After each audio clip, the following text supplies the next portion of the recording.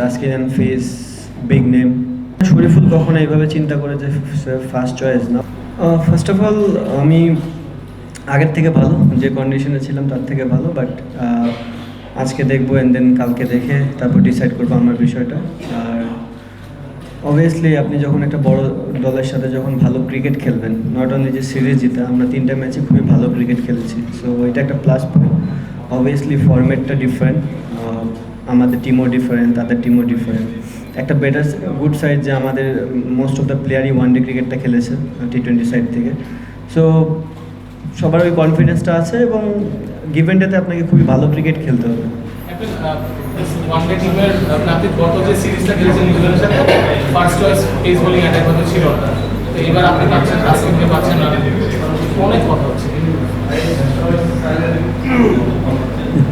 তাসকিনকে পাচ্ছেন, নানাকে পাচ্ছেন, শরীফুলও আছে, মুস্তাফিজ আছে, মানে একটা হেডেক কিনা যে কাকে চুজ করবেন? এটা একটা ভালো জিনিস যে আপনার বেঞ্চ সাইডে অনেক স্ট্রং, আপনি যে কোনো প্লেয়ারই খেলাতে পারবেন বেস্ট 11। এটা একটা ভালো competition. At the same time Bangladesh টিমের জন্য ভালো যে আপনার বেঞ্চ অনেক স্ট্রং হচ্ছে। সো দেখেন, আমি আগেও বলেছি Taskin and face big name, তাদের যে অভিজ্ঞতা, লাস্ট সিরিজে তাদেরকে খেলানো হয়নি বিকজ অফ রেস্ট, সো এই সিরিজে তারা এসেছে, ফুল স্ট্রেংথ নিয়ে আমরা যাচ্ছি ভালো ক্রিকেট খেলার জন্য। এই সিরিজটা অস্ট্রেলিয়া, তো আমরা নিউজিল্যান্ড সিরিজে মোটামুটি এক্সপিরিয়েন্স করার চেষ্টা করছি, স্পেশালি বোলিং। আপনারা তো নিশ্চয়ই জানেন যে এখানে আরেকটা টুর্নামেন্ট করে আরেকটা স্ট্রেটেজি সিরিজ, সেজন্য আপনাদের কোন জায়গা থেকে মনে করেন যে আরও বেশি ফোকাস দেওয়া হচ্ছে নিউজিল্যান্ড সিরিজ? আমি আবারও বলতেছি, অবশ্যই আপনাকে যে কোনো দলের সাথে জিততে গেলে গিভেন ডেতে খুবই ভালো ক্রিকেট খেলতে হবে। অ্যাট দ্য সেম টাইম যেটা আমি লাস্ট সিরিজেও বলেছিলাম যে আমাদের যারা লোয়ার মিড অর্ডারে ব্যাটিং করে তাদের কাছেও অনেক দায়িত্ব আছে। তারা যদি অপরচুনিটিটা পায় ব্যাটিংয়ে, আমার মনে হয় তাদের কাছ থেকে যদি আমরা ফিডব্যাক পাই তাহলে এই টিমটা অনেক ভালো রেজাল্ট করবে। লাস্ট সিরিজে রিপনকে আপনারা সুযোগ দিয়েছেন, এই সিরিজে কি কোনো এক ম্যাচে বা এই কি আপনারা সাকলাইনকে চাবেন বা ডেবু দিতে চাবেন? অবভিয়াসলি সাকলাইন তো লাস্ট সিরিজেও ছিল আমাদের, সে পার্ট অফ দ্য টিম। আর দেখা যাক, উইকেট দেখে বুঝে যদি ডিপেন্ড করে অবশ্যই সে খেলার সুযোগ পাবে। সৌম্যকে লাস্ট মোমেন্টে অ্যাড করা হয়েছে, সৌম্য সরকার, তাকে দলে নেওয়ার পিছনে কারণটা কি? সম্মুখে নেওয়ার পিছনে রিজনটা হচ্ছে, যেহেতু আমি 50-50 ছিলাম, জানি না কি হতে পারে, কালকে পর্যন্ত ওয়েট করতে হবে। অ্যান্ড দেন ইমনের হালকা একটু সিকনেস আছে, সো যে কারণটাতে আমরা ওই রিস্কটা নিয়ে নেই যে একটা প্লেয়ারকে যে হুট করে ডেকে কিছু করানোর জন্য। সো যতক্ষণ একটু চেষ্টা করছি আমরা তাকে ইনক্লুড করে, আজকে হয়তোবা সে প্র্যাকটিস করতে পারবে না, বাট কালকে থেকে সে একদম টিমে পার্ট হয়ে যাবে। ক্যাপ্টেন, যেহেতু অস্ট্রেলিয়া বিগ ওয়ানডে সিরিজ হেরে গেছে বাংলাদেশের সাথে, মানে আপনি নিশ্চয়ই এক্সপেক্ট করবেন দে উইল কাম হার্ড এট এরকম নিশ্চয়ই আপনাদেরও একটা মানে ইয়ে থাকবে যে ওরাও অ্যাগ্রেসিভ হয়ে থাকবে আপনাদের। এই ফরম্যাটটাই তো হার্ড। আপনি শর্টার ফরম্যাটের খেলা যে কোনো টিমই আপনাকে অ্যাটাকিং মুভমেন্টে থাকে। ইনফ্যাক্ট যে কোনো দলই যখন ব্যাটিং করে বোলিং করে ওই মাইন্ডসেটটা নিয়েই থাকে। আর অস্ট্রেলিয়া তো অবভিয়াসলি তারা বিগ নেম, সো তাদের বেস্ট ক্রিকেটটাই খেলার চেষ্টা করবে, অ্যান্ড অবভিয়াসলি আমরাও আমাদের বেস্ট ক্রিকেটটা খেলার চেষ্টা করব। দেখবেন আপনার টিমে রিশাদ, মাহাদি এবং সেখানে নাসিম আছে, মানে অনেক সময় শুরু দিচ্ছেন, মানে এই জায়গাটা কমিটি থেকে চিন্তা করে, মানে অপোনেন্ট বা রাইট লেফটি অথবা কন্ডিশন কেউ শুধু পাচ্ছে অফ অ্যান্ড অন, এই সিরিজে কেমন দেখা যেতে পারে? হ্যাঁ, ডিপেন্ড করে যে অপোনেন্টের স্ট্রেংথ কি, উইক পয়েন্ট কি। আমাদের যে বোলিং অ্যাটাক, আপনি বিশেষ করে স্পিনারদের কথা বললেন, এটা ডিপেন্ড করবে যে আমরা কোন উইকেটে খেলতেছি, কোন সার্ফেসে উইকেটটা বিহেভ কেমন হতে পারে, অ্যান্ড দেন তাদের স্ট্রেংথ পয়েন্ট, উইক পয়েন্ট দেখে আমরা, যেহেতু দুজনের বেশি 3জনকে খেলানোর চান্স খুব কম, আবার খেলতেও পারে, সো দেখা যাক, কালকে পর্যন্ত ওয়েট করেন একটু। ঢাকার উইকেটটা খেলেছেন, লিখেছেন চট্টগ্রামের উইকেটকে আসলে সাধারণত ব্যাটিং ফ্রেন্ডলি বা একটু স্পোর্টিং উইকেট ধরা হয়, কিন্তু ঢাকাতেও আমরা দেখলাম যে এই ধরনের উইকেট খেলা হচ্ছে একটু গ্রাসি, একটু বাউন্সি উইকেট। চট্টগ্রামের উইকেটটা দেখলেন আসলে পার্থক্য কি কিছু মনে হচ্ছে কিনা দুই পিচের মাঝে? না, এখনও খুব একটা দেখতে পারিনি। দেখি আজকের দিনটা তো আছে, প্র্যাকটিস করবে টিম, যত সময় যায় উইকেটে বিহেভিয়ার চেঞ্জ হতে থাকে, অ্যান্ড কালকে খেলাও দুপুরের দিকে, সো স্টিল টাইম আছে।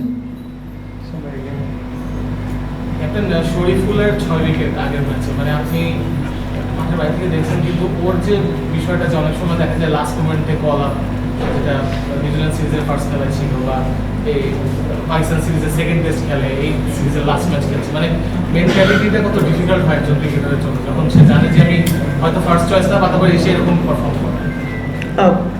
না, আমার মনে হয় না শরীফুল কখনো এইভাবে চিন্তা করে যে ফার্স্ট চয়েস না, অবশ্যই সেও ফার্স্ট চয়েস। বাট জিনিসটা হচ্ছে আপনি বললেন ফার্স্টে যে আমাদের টিমটা এখন এত পরিমাণে pace bowling unit, test cricket বলেন, ওয়ানডে বলেন, টি20ও বলেন, সো 3 জনের বেশি তো আপনি খেলাতে পারবেন না। সো ওই 3 জনকে যদি গিভেন ডেতে খুবই ভালো বল করে, তাহলে একটা প্লেয়ারকে ওই স্যাক্রিফাইসটা করতে হয়। আমার মনে হয় শরীফুল ওই জায়গায় লাস্ট অনেকগুলো সিরিজই সে হয়তো বা 1-2 করে গেম খেলেছে, লাস্ট টি20 সিরিজটা তো দেখে লাস্ট ম্যাচটা খেলেছে এবং ভালো বল করেছে। সো এটা গুড সাইন যে যারাই নিউ কামার হিসেবে আসতেছে, গেমে সুযোগ পাচ্ছে, তারা ডেলিভার করতেছে ওই জায়গাটা। I hope. জি জি। আগের সিরিজেও বলেছেন, আজকে বলেন যে লোয়ার থেকে আপনি একটা ফিডব্যাক চান, তো ওই ক্ষেত্রে যাদের একটু অ্যাবিলিটি আছে, যেমন মাহিদি অলরাউন্ডারে বলা যায়, নাসুমও মারতে পারে, রিশাদকে আমরা অনেক আগে দেখেছি যে বড় বড় ছয় মারতে পারে, মানে ওদের থেকে আশাটা একটু বেশি কিনা ব্যাট ব্যাট খুব বেশি না, বাট অল্প একটু করলেও এনাফ। যেটা বললো আর কি, সামটাইম শরীফুলরা বা যখন সুযোগ পাচ্ছে না তাদের একটা মেসেজ দেন আপনারা ক্যাপ্টেন বা টিম ম্যানেজমেন্ট, মানে কি ধরনের মেসেজ থাকে? শরীফুল মানে এই যে থার্ড অপশন বা একাদশে সরাসরি সুযোগ পাচ্ছে না, তাদের তো ওয়েটিংয়ে থাকতে হবে যেমন শরীফুলকে, তো আপনাদের তরফ থেকে কি মেসেজ থাকে? মেসেজ সবার জন্য একটাই, এখানে ডিফারেন্ট কোনো মেসেজ নেই। প্র্যাকটিস করো, পরিশ্রম করো, যখন সুযোগ আসবে তখনই খেলবা, এবং সুযোগ সবসময় আসবে। বিকজ ব্যাটসম্যানের ক্ষেত্রে জিনিসটা এমন হয় যে আমরা যখন যে ব্যাটসম্যানটা খুব ভালো পারফর্ম করে তাকে কিন্তু কখনো ব্রেক দিই না, বিকজ ব্যাটিং জিনিসটা এমন। আবার পেস বোলারদের ক্ষেত্রে কিন্তু উল্টো হয়ে যায় যে 2-3টা গেম খেললেও ওয়ার্কলোডের একটা বিষয় থাকে, তো পেস বোলাররা ঘোরায় ফিরে খেলবেই, এবং তারাও সেটা জানে। হয়তো বা এখন শরীফুল একটা খেলছে, কোনো সিরিজে দেখবেন শরীফুল 2-3টা ম্যাচ খেলবে, দেন ওকে ব্রেক দিয়ে অন্য কেউ খেলবে, তো এইভাবেই চলতে থাকবে।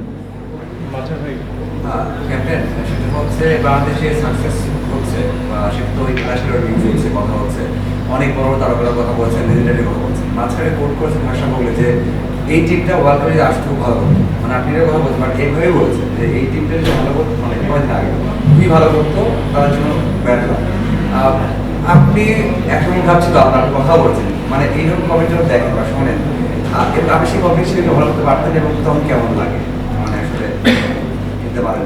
না, দেখেন, কমেন্ট যারা করে তারা বুঝে দেখেই কমেন্টটা করে। আমার মনে হয় তিনি অনেক দিন ধরে ইন্টারন্যাশনাল সার্কিটে অনেক গেম অবজার্ভ করে, তো ওনার কাছে মনে হয়েছে, এবং আমার কাছেও মনে হয় যে আমরা লাস্ট ইয়ার খুবই ভালো ওয়েল প্রিপেয়ার্ড ছিলাম, যেহেতু খেলাটা এশিয়াতে, সো ওই হিসাবে আমাদের টিমটাও খুবই ভালো ছিল।